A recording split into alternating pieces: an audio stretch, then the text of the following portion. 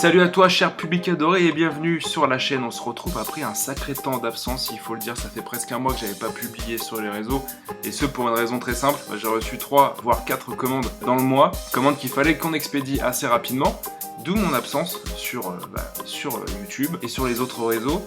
Il a fallu que je m'occupe de tout ça pour ensuite revenir en force parce que du coup, point négatif, j'ai pas fait de vidéo en un mois. Point positif, j'en ai 3 sous le coude qui demandent plus qu'à être sorties et du coup à être découvertes par toi, cher public adoré. Aujourd'hui, on se retrouve sur quelque chose d'un peu particulier. On avait fait ça il y a un moment, rappelle-toi, c'était pour ma petite copine, j'avais fait des porte-documents avec un petit kabuto de Naruto dessus. Aujourd'hui, c'est pour ma belle-sœur qui m'avait demandé de lui personnaliser une espèce de petite boîte en bois qu'elle voulait utiliser comme boîte à souvenirs pour les voyages qu'elle ferait avec mon petit frère. Elle n'avait pas forcément d'attente particulière, elle voulait juste que ça lui inspire le voyage, la découverte, le monde, etc.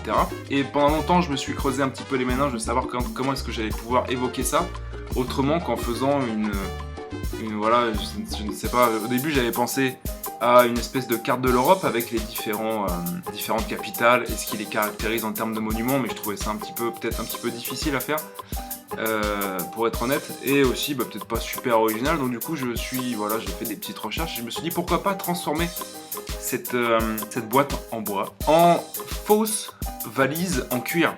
Je trouvais ça intéressant peut-être de travailler sur la couleur et les textures pour donner une espèce d'impression, un trompe-l'œil.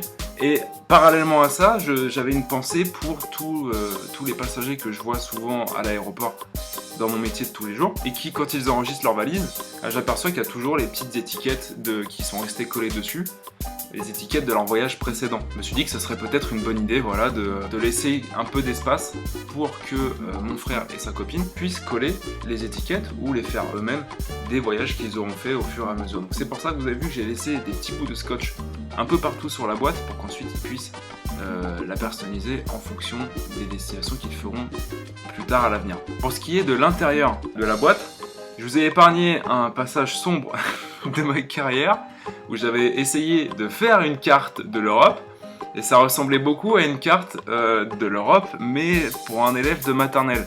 Donc non, ça je vous le montre pas. Donc du coup on est passé à quelque chose de complètement différent. J'avais envie de créer la surprise. À partir du moment où tu ouvres cette valise, tu es déjà en vacances. Donc j'ai fait une espèce de plage de galets avec derrière la mer, le ciel bleu, l'eau cristalline. C'est à ça que moi je pense quand tu me parles de vacances, je pense à la mer, je pense à la plage. Une espèce de plage typique du sud qui même si les galets sont pas forcément confortables, ça reste quand même les vacances, le soleil, la détente, et c'est ça que j'avais envie d'inspirer dans cette dernière partie de l'élaboration de cette boîte. Du coup une petite vidéo plutôt courte, assez à contre-pied de ce que je fais d'habitude, mais ceci dit, j'aime beaucoup faire ce genre de personnalisation, donc si jamais toi aussi, cher public adoré, ça t'intéresserait de faire de créer ce genre d'objet, écoute, tous les liens sont dans la description, n'hésite pas à y faire un petit tour. Sur ce, cher public adoré, je te laisse en compagnie, comme d'habitude, de Breggy Balsamiq qui nous accompagne à la musique. Les liens de son compte Instagram ainsi que de son SoundCloud, si tu veux réécouter ses morceaux, sont disponibles dans la description. En attendant, la prochaine fois, je te retrouverai cette fois-ci pour un portrait qui m'a été commandé par mon ami Rabio, un portrait de sa grand-mère. Je ne t'en dis pas plus, je te laisserai découvrir ça en temps voulu. En attendant, cher public adoré, prends soin de toi. Peace out.